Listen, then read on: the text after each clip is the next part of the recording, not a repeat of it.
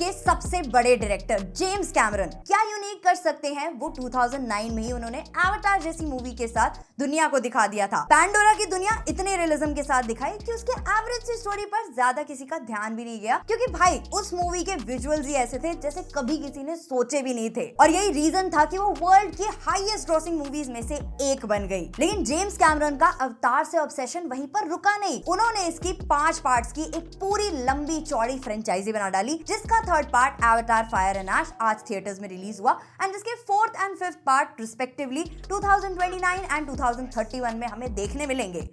पर 2026 में तो दुनिया खत्म है।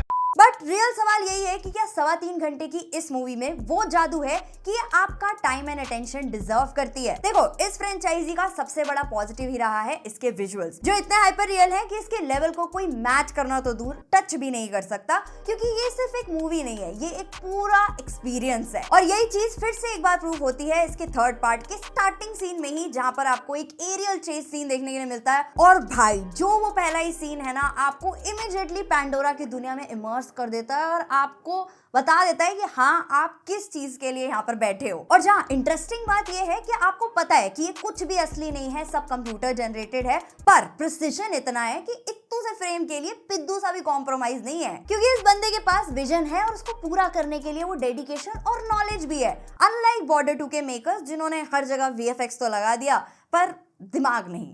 तो इसका थर्ड पार्ट डायरेक्टली वहीं से स्टार्ट होता है जहां पर इसका सेकंड पार्ट एंड हुआ था, जहां जेक सली की फैमिली दुख में है क्योंकि उन्होंने लास्ट पार्ट में अपने बेटे को खो दिया था। पर वहीं जो 2 पार्ट से इसका विलन है कर्नल क्वाड्रिच, वो अभी भी आरडीए के साथ मिलके जेक के पीछे है, और अब जेक को समझ आ चुका है कि अब तो आर या पार करना ही होगा, अब भागना नहीं, अब तो लड़ना ही होगा। पर जेक की मुश्किल को बढ़ाने के लिए इस बार उसकी एक और दुश्मन है, ऐश कबीले की वरांग। एंड लिटरली जब उसकी वो स्वैग वाली एंट्री होती है तो लगता है कि इस बार कुछ एकदम खतरनाक, एकदम सॉलिड, मतलब एकदम ब्रूटल विलन देखने के लिए मिलेगी। बट जितनी ये मूवी टेक्निकली और विजुअली ब्रिलियंट है, चाहे वो पानी वाले सीक्वेंसेस हो या फिर वो आग वाले सीक्वेंसेस हो, चाहे पिक्चर का एक्शन हो, एनिमेशन हो, मोशन कैप्चर हो या फिर फ्रेम्स हो, पर ये अपनी स्टोरी, डायलॉग्स, इमोशन और बैकग्राउंड म्यूजिक के मामले में इतना डिसअपॉइंट करती है ना। मतलब इतनी बढ़िया विलन थी इनके पास, पर फिल्म उसका ढंग से यूज ही नहीं करती। वही सेम बेसिक सा प्लॉट, वही सेम एनवायरनमेंट कि एक टाइम बाद आप इस मूवी की स्टोरी में बिल्कुल भी इंटरेस्टेड नहीं रहते। इनफैक्ट जब भी कोई 2 नावी कैरेक्टर्स आपस में बात कर रहे थे तो उनकी कॉन्वर्सेशंस इतनी लंबी खिंच जा रही थी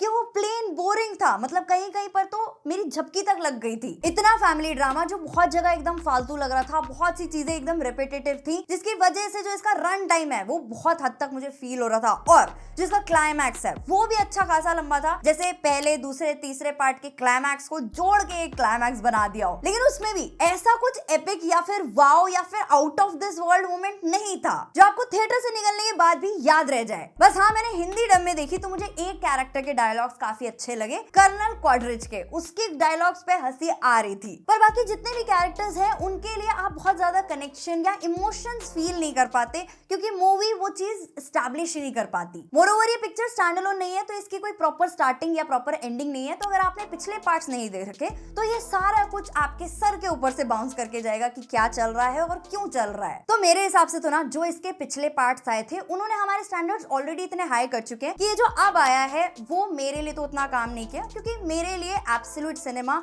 इतना जानदार, इतना शानदार होना चाहिए जिसे मैं चाह के भी भूल ना पाऊं। ऐसा जो दिमाग में फिट हो जाए और थिएटर से निकलने के बाद भी जिसके बारे में बस मैं बात करते थकूं ना। और इसलिए मेरे लिए उसमें सारे ही एलिमेंट्स आते हैं। बट अगर आपको इन सारी चीजों से फर्क नहीं पड़ता और आपको सिर्फ इसका स्केल और इसके मास्टरपीस विजुअल्स देखने हैं, तो आप डेफिनेटली इसको थिएटर्स में देख सकते हो, क्योंकि वहां पर ये 0.1% भी डिसअपॉइंट नहीं करती। पर हाँ, ये डूम्सडे टीजर ट्रेलर की बात, तो मेरे वाले शो में तो कुछ नहीं आया। इनफैक्ट ओडेसी का कोई प्रोलॉग भी नहीं आया, तो मेरा मूड तो ऑलरेडी खराब है। बाकी आपका अवतार 3 के बारे में क्या ओपिनियंस है, और क्या जेम्स कैमरन, जिन्होंने अपने 27 साल इस फ्रेंचाइजी को दे दिए हैं, अब क्या टाइम आ गया है कि उन्हें कुछ नया करना चाहिए, क्योंकि शायद आने वाले सालों में ऑडियंस का टेस्ट काफी चेंज हो सकता है, और ये फ्रेंचाइजी उस टेस्ट को कितना मैच कर पाएगी या नहीं वो एक सवाल है। पर हाँ, रिकॉर्ड्स को ब्रेक करेगी वो तो एक डेफिनेट फैक्ट है, क्योंकि जिस स्केल पे बनाया है वो है एक विजुअल स्पेक्टिकल। तो अगर आप देख चुके हो, जो भी आपके थॉट्स हैं और क्या आपकी स्क्रीनिंग में डूम्सडे का टीजर ट्रेलर या ओडेसी का प्रोलॉग आया था या नहीं, वो सब आप कमेंट में बता सकते हो।